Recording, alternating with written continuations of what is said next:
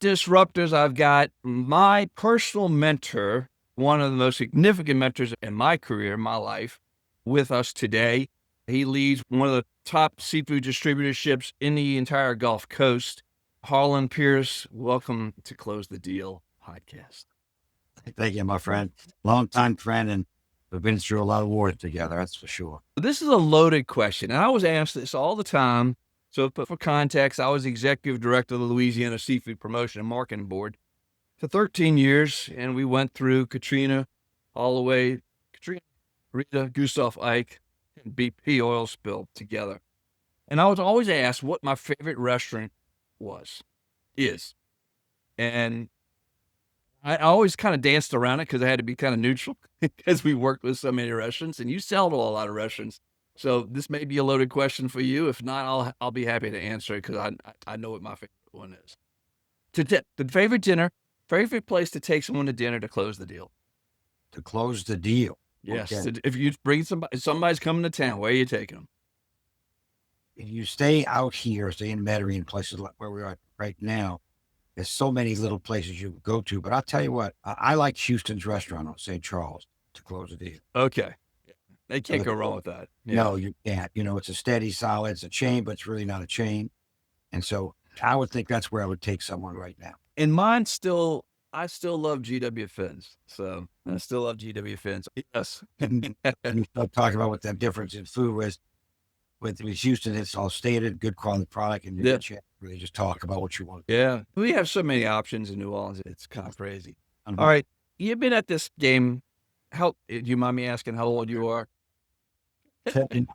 79 years old. And you're still going strong at this business. But I know there are a couple of people that influenced you early on in this business. Who or what helped you get you where you are today? Well, that's an interesting question because basically when I was in college and when I was in law school, trying to work my way through law school, I was working for my uncle. And he was in the seafood business. And so I started getting interested in this and having the ability to make a difference. And just quite coincidentally, another friend of mine, someone I met at that time, Preston Battistella, became influential in my business. I had to say, if someone really influenced me in the beginning, it would have been him. He was a legend in this city for years. Created something that was kind of cool. They created the seafood box that people use today, all these years later. Yeah, like that was with him when we developed all that. There was the bat pack, he called it, for shipping out of state, because that was the first one to begin shipping fresh products out of state. What do the people refer? They refer to as the chicken box with the wax coating on the inside. Is that? And it's basically a poultry style box, but this one was really designed differently than that. It's wax impregnated, wax curtain coated, and all that stuff. And so you can withstand the water and the problems you get in a wet environment. All right. So I gotta ask a question. You never stop ever. You keep going and going and going and going. Our staff would always refer to you as the Energizer, buddy. What keeps you going at 79 years old today? What drives you? What keeps this thing ticking? If you stop, you stop. In order to keep growing past 79, I got to keep active and keep going. But that's what's up. Just mentally, you stay awake, you stay alive, and when you think about retiring, you see the next change, the next future. You see a way to step out of the doldrums that we had with the COVID and all this other stuff into a world that was sort of bulletproof from all those problems, And so there's always, when one door closes, there's always another door that opens. You got to learn how to run through those doors.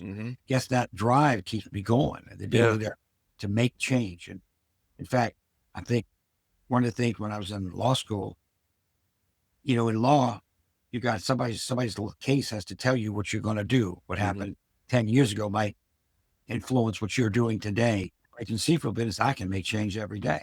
Influence the change in the world, in the seafood world, and what we do down here. I do anyway in fish. And so that intrigued me. And it still does today. And so that making that difference or understanding that there is the ability to do that, it keeps me going. Well, you instilled a phrase into me. You burned this phrase into my mind. And you already started talking about it. And that is the one constant in our business is Change. Change. That's right. And I probably heard you say that over 13 years. I probably heard you say that 1,000 times. Everything you and I did together with the board, with the Washington trips, was change. Yeah. We would instigate change by what we did, how we would mold the future of our industry by changing from where we were to where we're going to be, and helping, through from Katrina through the oil spill, all the lessons that we learned with all that stuff. And, when you and I were both on what's first name basis with every cabinet member in Washington after the oil spill, and the fact that because our voice meant something, they listened to us, and that affected change. It affected the way they did things, the way they would think about things. Same thing when I was on the Gulf Council trying to make change and make law in the Gulf. Same thing when I was on the Marine Fishery Advisory Committee for the federal government, trying to help make change or move things to the future. Because if you stay in the past, you're going nowhere. We've got to keep going ahead, and we've always been able to do that. And Yeah. it's a shame that it's not that way now. It really is. Yeah. A lot has changed. Really, all that. And that's how we adapted. I mean, I watched, it was remarkable. You were the very first business to be up and running after Katrina. Yeah, You- 2 days after Katrina, you were up and running. What did you have? You talk about adapting to change. You talk about that real quick. I remember you talking about how you had to get from the North Shore here. How'd you do that? And why were you able to get up and running so quickly? Well, actually, I went from the North Shore to Baton Rouge first because I had to cut trees out of the way to get from North Shore to Baton Rouge. When I was in Baton Rouge, I opened up another checking account in Baton Rouge so I can flow money through Baton Rouge Okay. because I couldn't get the banks in New Orleans to be open. Oh, wow. And I found a quick facility that we could operate out of in Baton Rouge in an interim time. When we got to Baton Rouge, we had a lot of the restaurateurs that wanted to get to their restaurants, and I had a way to get into the city through Kenner, through the sheriff in Kenner. Mm-hmm. I was in New Orleans the day after Katrina. Yeah.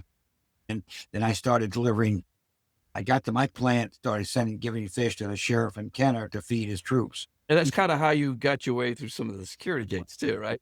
Yeah, get a nice chest of fish and to rob your way through, if you will. Well, I need to get in to see what's going on, but then we started processing fish, UPSing things. We had to drive out of the city to get to UPS. So we had to drive as far as Jackson a lot to ship UPS out of the state. Wow. Of course, Baton Rouge was still operating, so we could service Baton Rouge. Right. From the Baton Rouge stuff. So, but it was interesting. One of the things I did learn is that I have a post office box in Kenner where my mail goes. Mm-hmm. I'll never get rid of my post office stuff because I got mail when nobody else did. Because nothing was being delivered other than to the post office box. Wow. So that was You were literally the first business open after Katrina. That's unbelievable. Secondly, you also did something that really struck a chord with me. You took the vacant lot that's behind your seafood processing plant, and you worked overtime to get FEMA trailers. And you didn't get one, you didn't get two, you ended up getting what, a dozen or 20 of them or something like that? 12. We got the first FEMA trailers in the city. You got the very first FEMA trailers in the city, and you built out the infrastructure with electrical, the plumbing, and everything else to house your employees, and you housed two of my employees as well in that process, so we could all get up and running and run towards this challenge. Right. So that brings us all to the crisis management piece. What is your view? I mean, what is your take on how to attack a crisis? I mean, this country, everybody's got a crisis. And Mike Walsh, a really good friend, my other mentor, he always said, it doesn't matter if it's a Cat 5 or not, but if it's a direct hit on you, it's a Cat 5. It feels like a Cat 5, whether it's a 1 or 2, 3, 4, or a 5. Your view on crisis management and how to deal with it. Well, first off, powers that be have to respect your voice. Mm-hmm. So you have to grow. You have to grow into that. Mm-hmm. And you can do that starting today if you're someone. You let people understand you're trying to do the right thing for the right reason. Mm-hmm. So once you do that, then you can begin to affect change in the areas you need to affect change. Like we did at the seafood board. When we were there, we had the respect of BP oil. We got $2 million right away. Mm-hmm. And we jumped immediately and we put a booth in the Boston Seafood Show. That was huge. And everybody were alive and well. Then we got 15 more million and we put that to use. We got something of it. I think it's one step ahead of the next one. And you just, by knowing the steps you have to take from being there enough times, from so many battles with Katrina now, that the one thing that this country lacks is the ability to face crisis and change. And one of the things that I was trying to do when I was with Marine Fisheries Advisory Committee was to create a national seafood council that not only would help market seafood nationally, but also crisis management nationally when things happen, where no matter where it was. That way, you have a stronger voice, because Washington is very important when you get those bigger deals with crisis management. Crisis management can be something as simple as how you get over COVID. COVID was a crisis. So again, the one concept was to figure out different ways and to change. And so crisis management was making sure your employees were housed, like you're talking about. The crisis management at that particular time was to find something that would outlive the COVID world. And I found wild catfish at the time to move into, because it was economical. And they're priced right. We could get it. We could do what we got to do. And since that time, because of it, I have created probably 80 to 100 new fishermen in wild catfish by a whole new world that wasn't regulated to death and didn't have the problems that.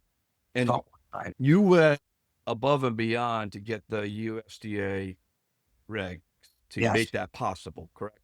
Yes. Yeah, and that's very extraordinarily difficult. So you broke through a barrier nobody else was willing to do, and that's how you would create that. And we broke another barrier with USDA, whereas how the shrimp people all depend on USDA bids. Well, we're going to have wild catfish as a bid for USDA. There you go. Why? Yeah. That's awesome. That was a big barrier to break. Yeah. And how many pounds a week or a month are you moving of catfish? We bought 300,000 pounds last month. 300,000 pounds. That's a lot of catfish. For wild catfishes. Yes, that's an immense amount of product. Yes. Right.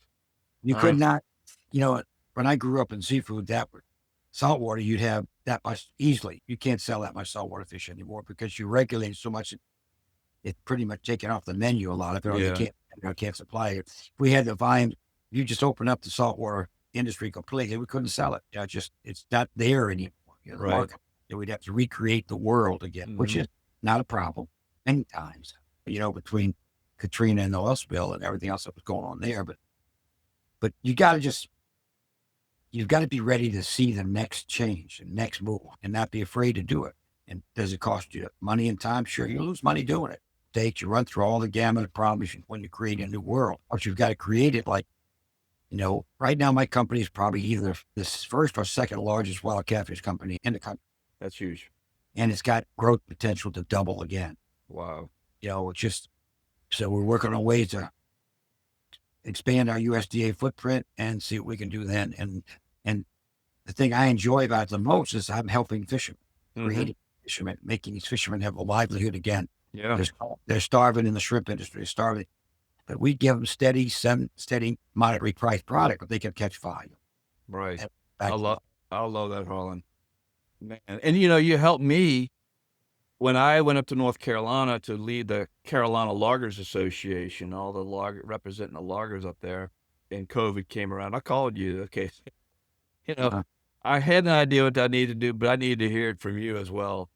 So, you've been a mentor through me through this whole process. And then we went out and initiated, the loggers didn't think it was possible, and we initiated the relief funds that the loggers got, hundreds of millions, through our Congressman Rouse up there. And then our senator here in Louisiana ended up helping with that process. Our lieutenant governor ended up helping with that process, and it went around the country. But it all started with the mindset of change and adapting to it quickly. And in the logging industry, I never adapted to something like that. But I would never have known how to do that had it not been, I'll never forget. I'm going to go way back. The very first time you and I walked the show at the National Restaurant Association show, I'll never forget. I was really young in the job, and you were listening to me. I was like, wow, I saw you as an older man. And obviously wisdom and so forth. And I appreciate that so much. I can't tell you how much that meant to me.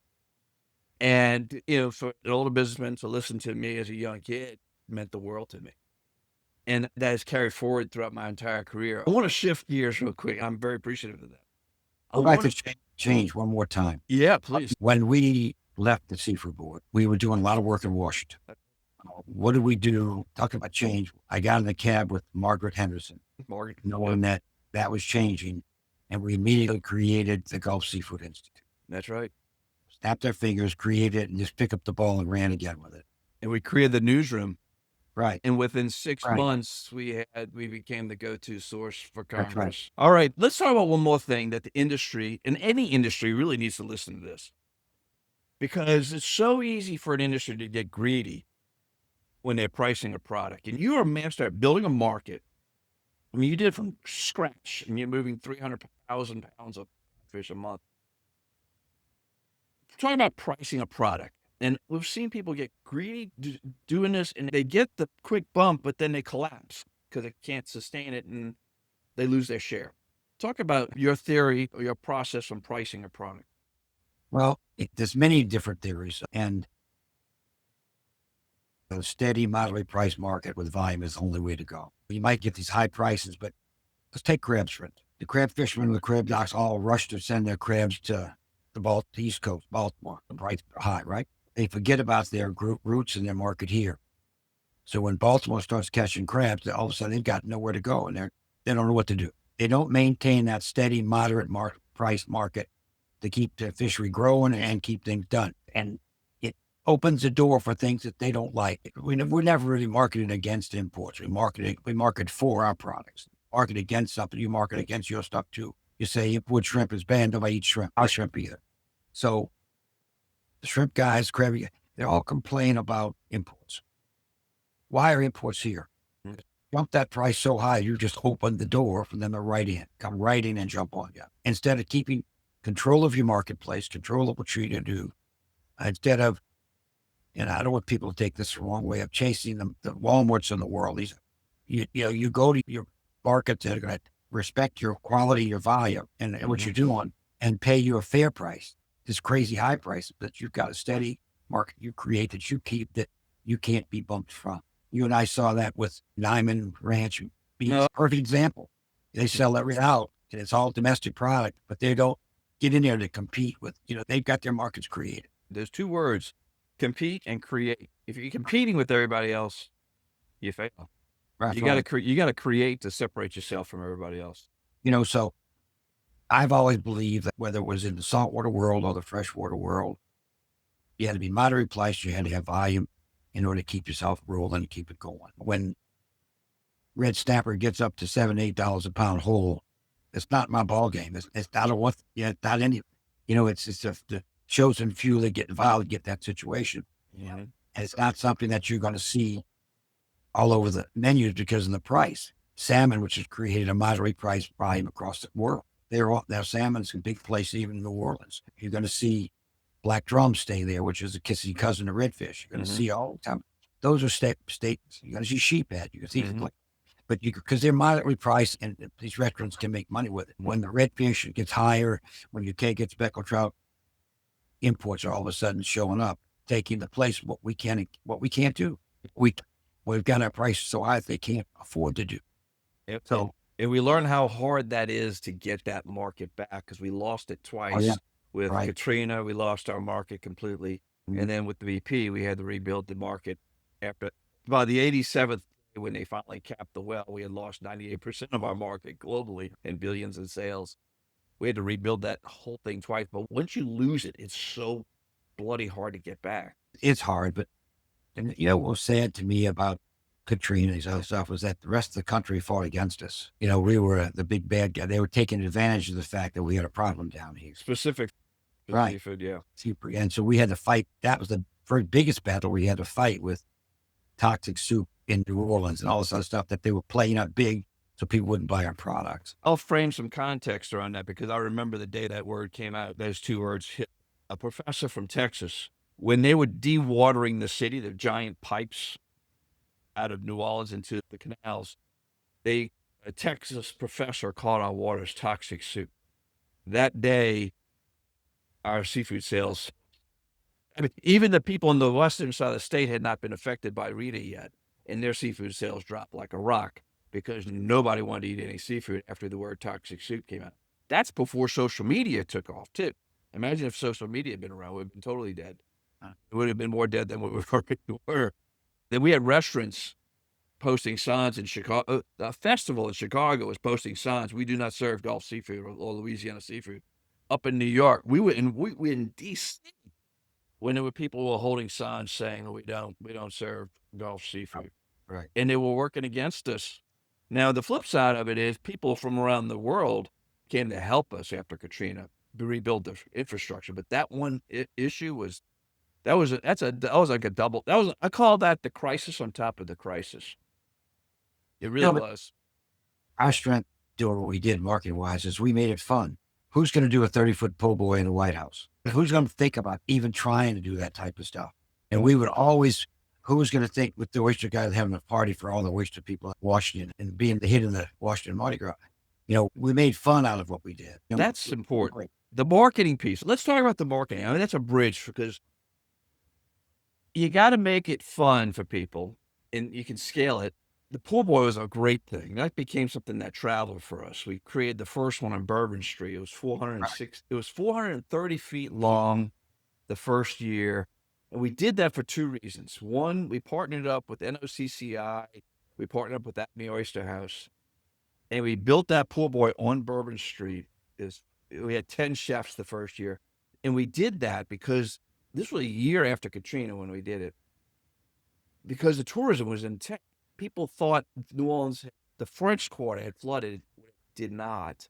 We created that to bring awareness for tourism to support the restaurants which sold our seafood. So it was a self-fulfilling effort to help ourselves and the restaurants. And the chefs became our spokespeople. And by the second year we did that poor boy, we had that street look like Mardi Gras once people understood what it was and the tourism was back. But that is how we approached it to make it fun. And then we traveled that poor boy to, like you said, the White House, to the Super Bowl, and even the state capitol steps at one point.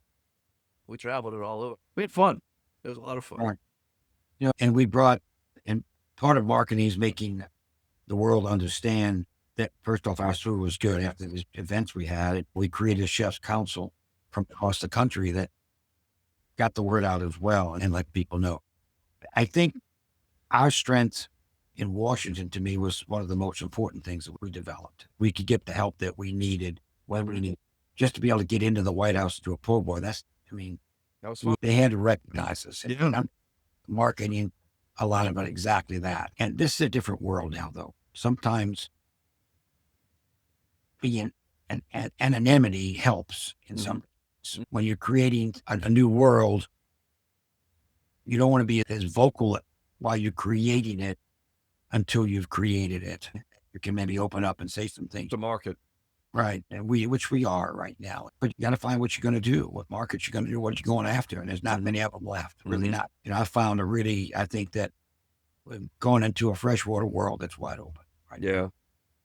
I think this is a good place for us to button this up. Anything else you want to add to this before we?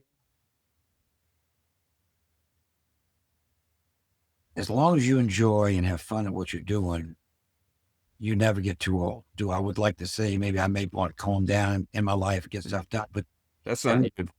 every time I see the door opening in front of me, I say, well, it's not ready for me to do it yet. I got to get it done. And so you continue doing things that nobody else is really going to do. Yeah. In fact, if anything else, we're watching this world go the other way from the way we grew up, where they're drifting into more frozen products from around the world rather than what we're doing domestically. I think that no matter how far down you go with your business, you're not lost. You just got to wake up and see that door and get it when it opens. Just start going, dig your feet in. And I still see huge possibilities for the seafood industry. For the first time, the fishermen are getting some tariff relief, which is going to help them. But that's not going to solve their problem. Their fundamental thing is they got to get back to the marketing, be creative, have fun with it, bring more value-added products into the market to add value to the raw product that they bring in. That also helps. I always see the possibilities. I attribute a lot of that to you being able to see through that lens all these years later. The problem we got with a lot of our industries, we keep chasing our tail. Yeah. And we don't get out of that loop. Yeah. And I'm afraid the fishermen get hurt because of it. Because all of a sudden the marketing is not strong enough, or it's dependent on tariffs or deals, and it's not really creating. You got to create. You got to create. And I don't want to say that selling Walmart's the wrong way to go, but to me it is. Yeah. Because you're fighting all the evils that you're against. Because they buy a lot of imports because they have to. They don't have a choice. You're competing against your own supposedly worst enemy rather than trying to find a different world to live in. Yeah. Live in those worlds. And you've got to also learn how to manage your fisheries differently than you're managing them now. Shrimp guys open up the little shrimp, which is a mistake. Mm-hmm. They manage for bigger shrimp and create bigger market for different things. I guess is get out of that circle that you're living in. Stop that chasing your tail attitude and start moving ahead. If you keep doing the same, what's the definition of insanity? Doing the same thing over and over, expecting a different result. And that's what's going on. And so until we get that done, until we change that thought process, that's what you're going to have to break through. It's not easy. Change is the constant. Right. And creating new opportunities. Right. Not waiting for the opportunities to come to you. Creating your future, not waiting for somebody else to fix it for you. Yeah, that's what you have to do. And ensure that it's something that everybody can afford. Yes, that's right. I appreciate it, Harlon. Man, it's an honor to have you on the 100th episode, nonetheless. Good. Of Close the Deal podcast. I should have said that at the beginning. I'll be here for the 200th. Yes. And I'm going to get to the 200th a lot quicker. So I'm excited about that. All right, good. All right, Harlon. Thank you. Thanks for being here. Thank you. And that is a wrap with Harlon. He and I could talk for a lot longer, but I'm going to do that to you. The main takeaway here, first of all, I had the privilege to work with him side by side for 13 years. And it's an honor to work with him. And very, very grateful. And I encourage anyone to find their mentors. I've had several great mentors through my life. And it makes all the difference. I use the phrase that pulls time forward. It does. It accelerates the growth for you if you find that right person. And it really almost has to be in person to really make an impact. A significant impact. And it makes a difference. And I can't encourage that enough. And also know this. No matter what the challenge is that you might be facing right now. It could be personal. It could be business, whatever it is. Lean into it. I learned this through these processes over these years. Lean into it. Find guidance. Find someone to help guide you. And you will come out stronger on the other side. I promise you that. You will come out stronger on the other side. You'll have some scars, and that's okay. Those will guide you personally further along the road on this journey of life and business that we're all part of. Now, I want to thank you for making it to the very end. This is the 100th episode.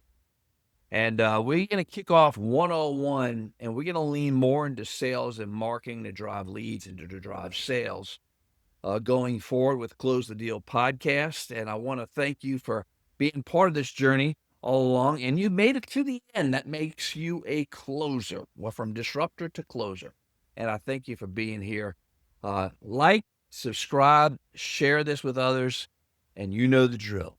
Be intentional and make today a great